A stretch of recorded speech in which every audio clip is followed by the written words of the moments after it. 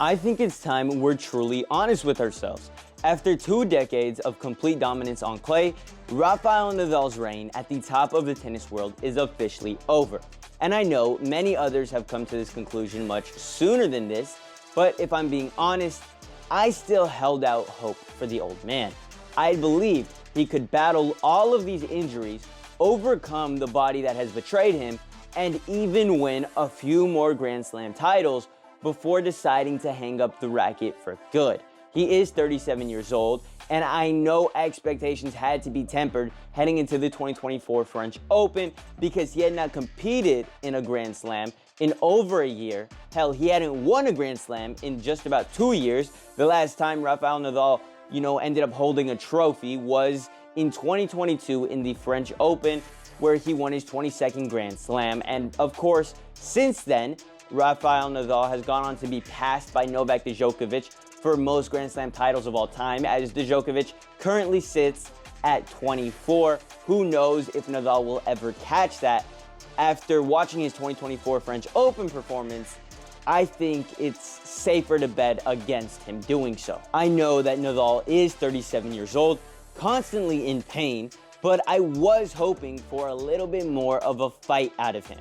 He did go up against Alexander Zverev, the 4th ranked player in the world currently. He's 27 years old, in his prime, and it feels like every Grand Slam, Zverev gets closer and closer to winning his first title. I mean, he's constantly in the semifinals. He'll probably reach the top of the mountain in the next coming years. Hell, he might do it right now. But of course, Nadal has to play him because he has been absent from the last 4 Grand Slams due to injuries that just keep popping up over and over. And they're not even the same injuries, right? They're separate injuries that he has been dealing with. Hell, he's been dealing with them for the last decade. He's just been able to overcome them because he has been so great. However, it doesn't matter who you are, because Father Time will catch up to you, and that is exactly what's happening with Rafael Nadal. Now, before we continue on with this video, I just wanted to remind you guys to like it, slow down, subscribe to the channel, because it really goes a long way. I mean, we're trying to hit 3,000 subscribers. I feel like we can do that if you guys subscribe. All right, now let's get back to the video. You see, Nadal went up against Zverev in the first round of the French Open, and it was utter dominance by Zverev. I mean, the first set, 6-3. The second set, a little more interesting. Obviously, they did go back and forth. It really felt like Nadal was going to pull away with it, and then he kind of just fumbled it away at the end. Alexander Zverev took the second set, and after that, it was basically wraps. Another 6-3 set followed, and that was that. Nadal was done in the French Open. Who knows if this is going to be his last? I doubt he wants to go out like this, especially on the French Open. Maybe he makes one more run at it in 2025. Who knows? I mean, does he even play in Wimbledon this year? I think so. I mean, his body is getting back to form, as good as it can be at this point. So maybe he does go into Wimbledon and have a solid performance. I mean, he hasn't won Wimbledon since 2010. So even if he was in his prime, who knows if he'll be able to handle the competition across the pond in Wimbledon in the next coming months. We will see, all right? But the thing about Nadal is that I believe he is the greatest player to ever step on the tennis court. In his prime, he had to go up against the 2 other greats of this sport who were also in their prime. They were all around the same age at the same time. How many other sports can you say that about? That the 3 greatest players to ever play were all in their prime at the same time. You can't really say that. So of course he only managed to come away with 22, as Roger Federer and Novak only were able to come away with 20. I mean, had any of them played in separate eras, hell, you would be looking at a 30, maybe even 40-time Grand Slam winner. Of course, that's not the case, and we did get battles, for the last 2 decades, so we should be appreciative of that. But as time passes, these GOATs are aging out of the sport. Let's be real. Roger Federer already retired. He's long gone. He was 42 years old, okay? He's not coming back. Then you've got Novak Djokovic. He's still playing amazing. He's still really good, but he's also 37 years old. How many more years left does he truly have? If we're being honest, maybe only 3 or 4. As for the Nadal, I mean, after all of these injuries, maybe he could have gone much longer, but it's just not the case. We have 2 years max of Nadal even attempting to win another Grand Slam.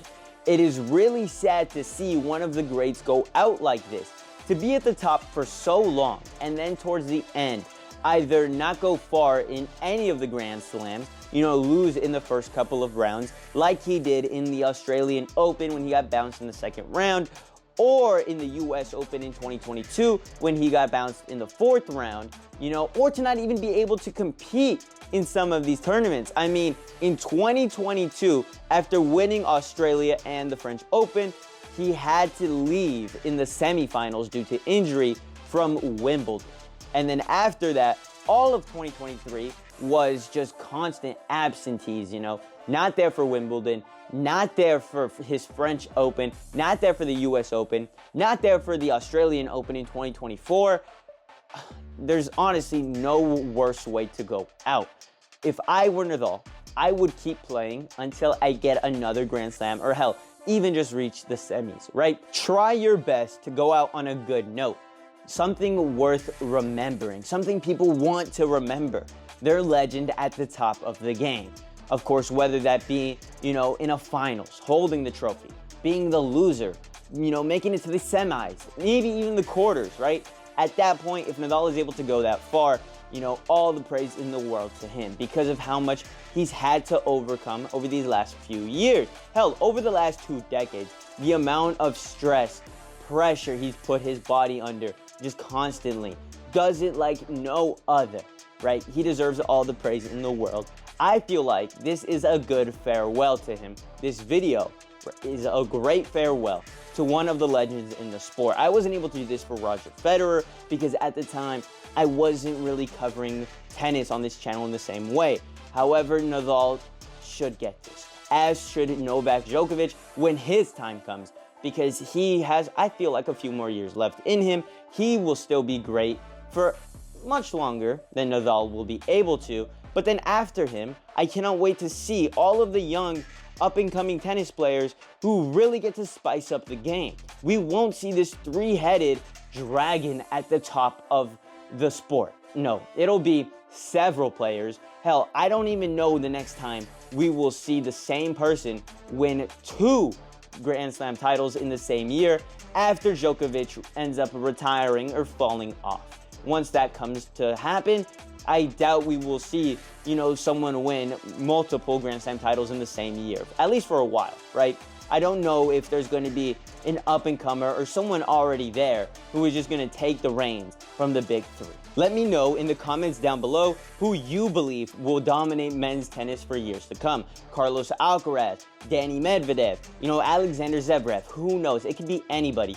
That's what's great about the future, is how uncertain it is. Now, I made this video because I really just wanted to cover Rafael Nadal and his performance in the French Open, no matter how it went. And, this video would have been much longer had he gone farther than the first round. That's just not the world we're living in. Now, the next video I will be making is a Frances Tiafoe one. So if you want to catch that one, make sure to subscribe to the channel. I will be talking about Frances. It'll probably be right here, honestly, by the time you're watching this. So catch y'all later. Stay tuned. Much love. Deuces.